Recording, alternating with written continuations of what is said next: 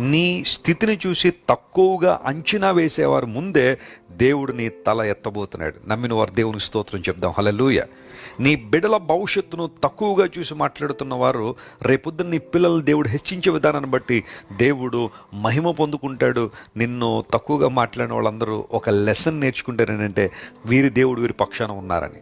కేవలం నేను భౌతిక సంబంధమైన ఆశీర్వాదాల గురించి మాట్లాడడంలా, స్పిరిచువల్గా నీ కుటుంబం ఎదిగే విధానం, ఆత్మలో మీరందరూ బలపడే విధానాన్ని చూసి కూడా చాలామంది స్ఫూర్తిని పొందుతారు. వారి సంఖ్య కొద్దిగా ఉన్నప్పుడు, అది కూడా వారు పరదేశములో పరవాసులుగా ఉన్నప్పుడు కొలవబడిన స్వాస్థ్యంగా కనాన్ని ఇస్తాను దేవుడు వాగ్దానం చేశాడు. ఈరోజు దేవుడు నీకు ఇవ్వబోతున్న ఆశీర్వాదాలను ఆయన ఆల్రెడీ కొలిచేశాడు. Praise the lord. ఆయన ఆల్రెడీ కొలిచాడు. కొలవబడిన స్వాస్థ్యంగా దేవుడు నీకు కనాన్ని ఇస్తాడు. ఆయనకు తెలుసు నిన్ను ఎలా దీవించాలో, ఆయనకు తెలుసు నీ భవిష్యత్తును ఎలా అందంగా తీర్చిదిద్దాలో. ఏమాత్రం చింతపడద్దు.